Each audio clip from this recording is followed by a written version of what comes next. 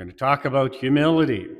It's like a politician speaking to you. He's like, trust me, just after he has taken all your money and lost it gambling. So that's how I feel. It says the hypocrite trying to teach you about something that's holy here. But I can quote a few of our great saints about what they say about humility.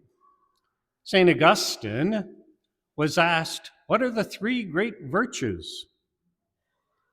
And he responded, the first way to Christ is through humility.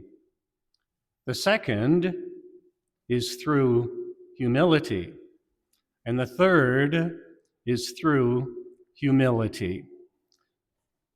Many of our great saints recognize humility is the foundation of all virtues. Even Sister Faustina had said the only way to humility is through humiliation. So get ready for the journey, because that's what we're on. The only way to heaven is through humility, being little like children. That's what the Lord asks of us. But it's a hard journey. Some of us don't learn it until we're really old. Then we start realizing we act like children. We have to be treated like children. Our diapers have to be changed. Just as it's humbling. But then we finally become like children. It's interesting, the classical philosophers, Plato, Socrates, Descartes, they did not see humility as a virtue. They also came before Christ. It says that Christ sets humility right at the heart of everything. Be little, be like children. Don't take the higher places, take the lowest place. Don't look for acclamation. Let God be big in you and be small. Like John the Baptist, I must grow less and he must grow greater. That's the journey of humility. It takes a long time. And our world basically gives us everything against humility. Victory over others. I got to be first. Second place is the first loser. Yeah, I remember that in the Olympics. It says, you're the first loser. Everybody else is a loser. Only the first place is the winner. It says, how shameful. It says, it's not right. Historically, it says, victors and conquerors, strength and power and wealth was the means to everything. How many of us as children saying, when I grow up, I want to be wealthy, I want to be famous, I want everybody to know me, everybody to be my friend. That's not humility. So, the question is, are you humble? Answer a few of these questions. Do you get offended easily? Do you seek always the acclaim of others? You like to be noticed? Do you forgive quickly and not take offense? Do you ask forgiveness quickly? When criticized, do you get defensive? Or do you say, thank you for letting me know the way I am? That's a great gift. Thank you for your criticalness. We'd all probably have to say, guilty, guilty, guilty, guilty. It says, the journey to humility is a lifelong journey. It's one of the hardest virtues to achieve and the hardest one to live. It takes a lifetime. And it begins with deep prayer, desiring it with all your heart. None of us desire to be humiliated. We run away from it. We don't like it. But the holy people appreciate it so much because it is the thing that makes them holy. So let's look at a couple examples. If you had to say someone in your known history who had a gift of humility, you might say Mother Teresa. And you would be right. She was wanted by everyone. Great world leaders sought her out. Everybody looked for her for advice. Everybody was inspired by her. Did it go to her head? No. What is it about Mother Teresa that she could step away from all of that acclaim and be the humble person she was? Firstly, because of her deep prayer. She surrendered her heart and her life to God every day. She knew the heart of God, and she knew deeply who she was before God. She sacrificed everything to become poor, like the poor. Are you ready to sacrifice everything to be poor, like the poor? Jesus picks up on that at the end. Invite the poor, the lame, the cripple, the blind, so that you can't be paid back. We all want to be paid back in return for a little kindness. I was kind, you have to be nice to me too. Her whole life was about fasting. It's one of the things we hate most. How many of us fast regularly? And not to lose weight. That's the wrong reason to fast. It says fasting for the sake of the kingdom, fasting as a sacrifice to unite yourself to Jesus so that you can unite your prayers to the Lord for the sake of someone else. Her love for the poor. She always was seeking out the face of Jesus in the poor. We know the line Jesus gives us: it is harder for a rich man to enter heaven than for a camel to enter through the eye of a needle. Well, I might say it's harder for a rich man to enter the kingdom of humility. The kingdom is humility. It says how difficult it is for us to be willing to be humble. But humility frees us to be content with what we have and who we are. At the heart of humility is always love. Humility and love are sisters. They go together all the time. You can't have one without the other. And if we look at Paul's letter to the Corinthians, what does he say? Love is patient, love is kind, love is never boastful, never takes offense, always ready to forgive, always sees the beauty in the other. Well, you might just put that word humility. Humility never takes offense. Humility always seeks the good of others. Humility is always ready to forgive. Humility is ever kind, ever patient, ever good.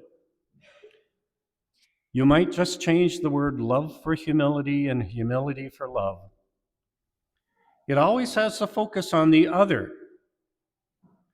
If you're focused on yourself, then you're not humble. Too many of our politicians are focused on themselves, and they're not good politicians. Sadly, it says even in our first reading, Jesus talks, the greater responsibility you have, the greater must be your humility. The more responsibility you have, the greater your humility must grow. Because it's not about you. As a politician, it's not about you and what you want, it's about service. Priests have to have some degree of humility because it's about serving. It's not about power and acclaim and having the first places. It's about service. Humility always sees the beauty, even in the midst of garbage. Look at Mother Teresa. She saw the face of the poor, the dying, the crippled, and she saw the face of Jesus. Do you see the face of beauty in the midst of evil? Do you see beauty in your enemy? If not, then you're focused too much on yourself. Humility rejoices always in giving glory to God. For example, Mother Mary, when Elizabeth visited her, "Blessed are you among women, and blessed is the fruit of your womb." And Mary's song of praise, the Magnificat, is a song of humility. She wasn't saying, "Look at me, I am the mother of God. Ha ha ha, look at you, you're only the mother of John the Baptist." She didn't cry that. It says, hers was, "The Lord has blessed me, I am nothing. Look at what he has done with nothing. The very mystery of heaven has become flesh. The Lord has raised the lowly and humbled the proud." Humility is always quick to give thanks, quick to praise others, quick to be generous, quick to forgive, quick to admit your own fault and sin and ask forgiveness. We know the heart of selfishness is pride. Pride is selfishness. And the heart of humility is love and gratitude and generosity. Do you want to conquer pride within yourself? Then pray for humility. Pray for that ever gift of love. Work at living out and speaking out your gratitude. How many times have given that as a penance to people? Just as your pride continues to make you focus on yourself. Start giving thanks to God every opportunity you can. Start praising the people around you, complimenting your spouse, your children. Build them up. The more you do it, the more you become like the very things you say. Gratitude leads us to be generous to God and others. And in all the virtues, the heart of each of them is love and humility. The love of God, the love of others, and the love of oneself.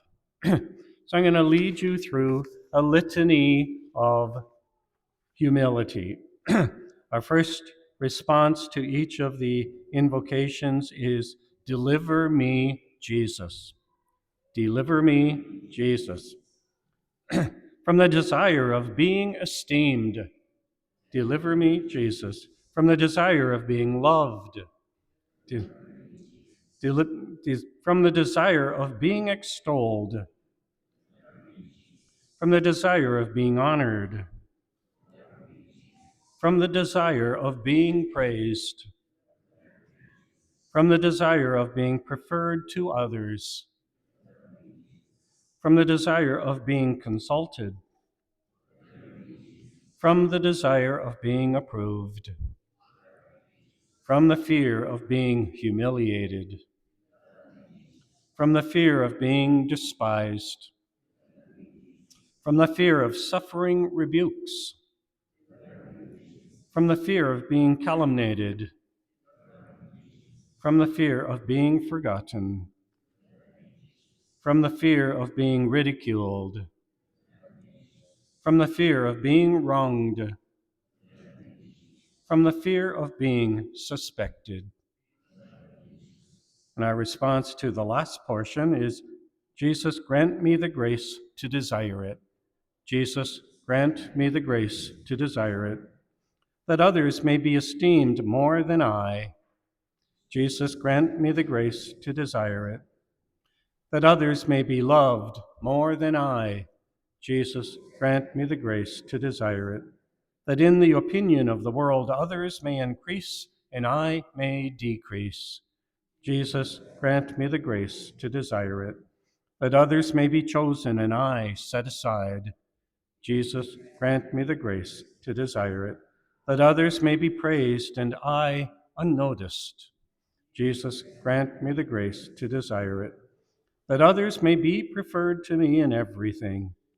Jesus, grant me the grace to desire it, and that others may become holier than I, provided that I may become as holy as I should. Jesus, grant me the grace to desire it." Last little point. Just notice one of the graces of Humility is being to acknowledge yourself as you are.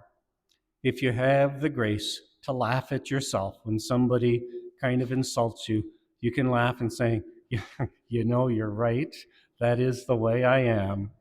That's a real great grace that you can laugh at yourself. It's the beginning of humility. May the Lord bless you.